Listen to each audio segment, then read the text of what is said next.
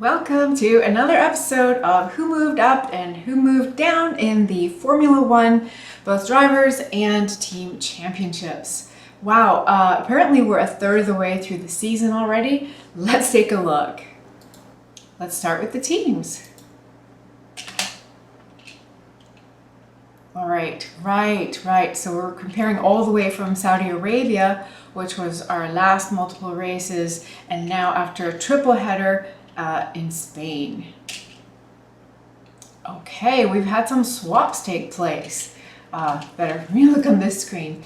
Okay, yeah, so really Ferrari has just leapfrogged Red Bull and Mercedes. Well, because Red Bull is pretty much just Max, still getting points, and Mercedes has some horrid luck. They got double DNFs, and Antonelli had multiple DNFs. So yeah, Mercedes has fallen a bit. Happy for Ferrari though. Poor Leclerc is always down in the dumps. So at least in the team championships, he can be happy for his team. Let's see what else has changed. Oh, and before we go, this is actually a pretty small gap here between Mercedes and Ferrari. So, will Ferrari continue increasing that gap, or will Mercedes be able to catch back up? That's entirely possible, if they stop having that terrible bad luck. So, wow, yeah, that's fairly close. Let's see. Okay, what else? Okay, a few went down because a few went up. Okay, so let's take this in two batches. Because RB went down, these two guys went up. These two guys went down. Man, I'm not having my words today. Blah, blah, blah. Let's get going. Okay, RB. Yeah, okay. So the RBs have been performing really well.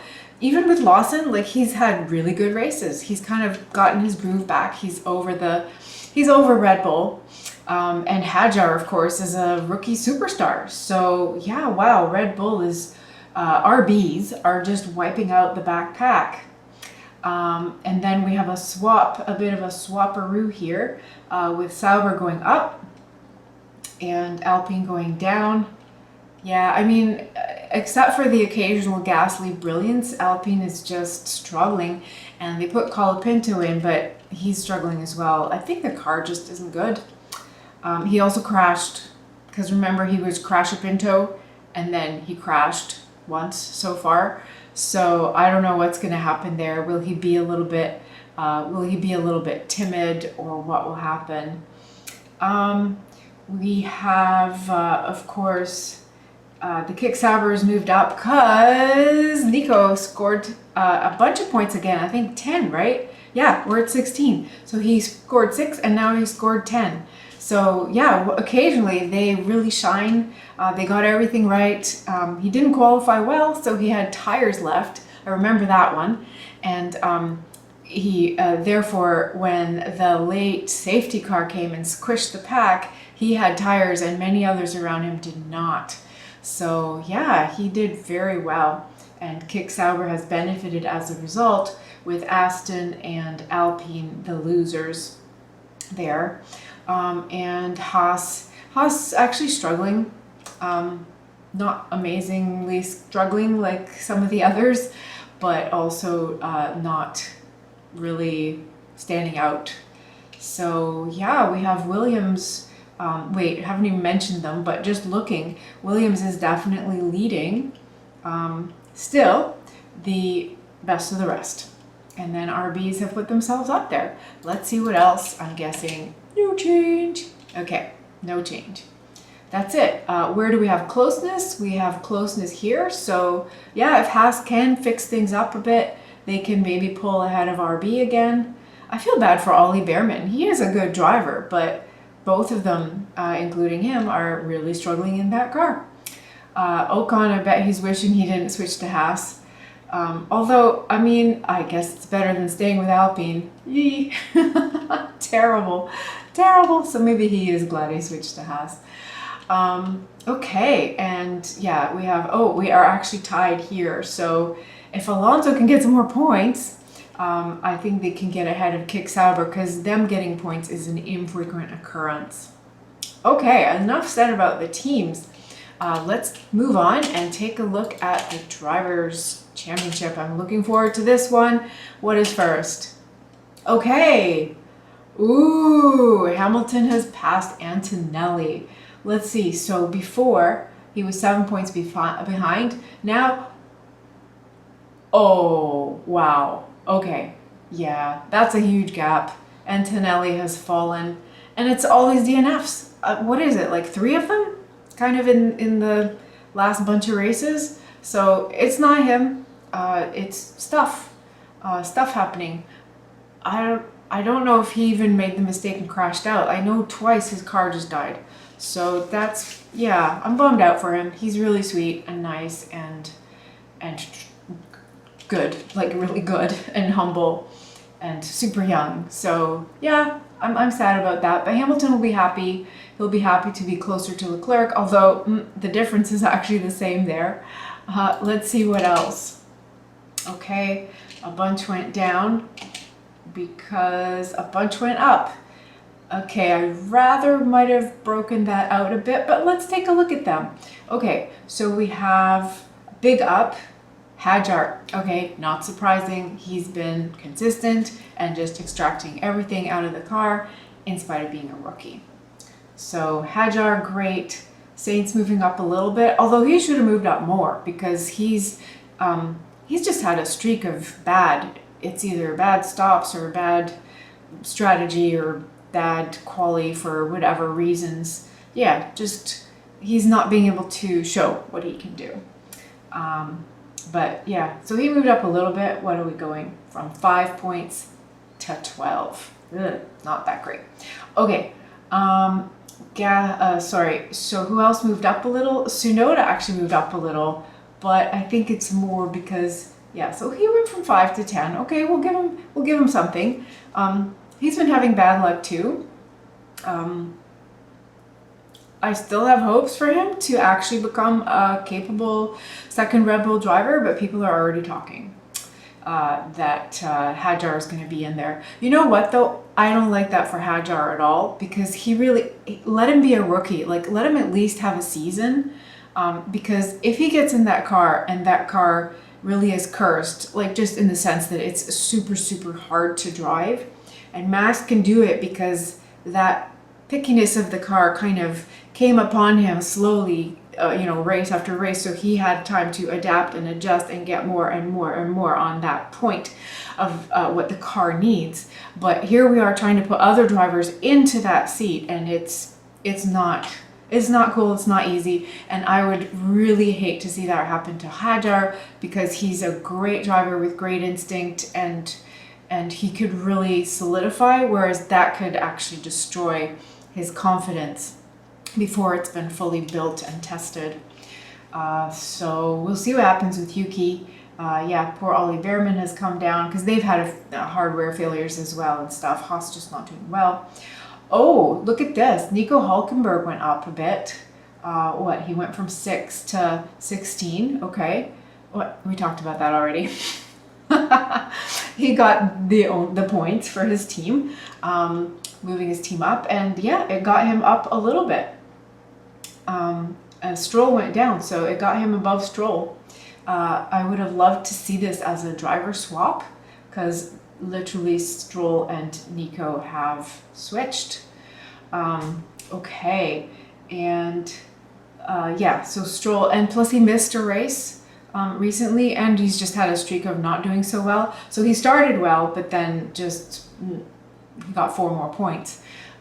Yeah, and now he had this late wrist surgery, and it was too late to put in a sub driver because quali had already happened. So no other driver has actually qualified for the Grand Prix, so they couldn't just put someone in. And so yeah, he just is sinking. Ocon sinking with Haas a little. Gasly sinking. That car is bad. And yeah, I think we've covered them all. Okay, cool. So the big one there is Hajar and the continuing drama of the cursed second Red Bull car. Okay, let's see what else we have.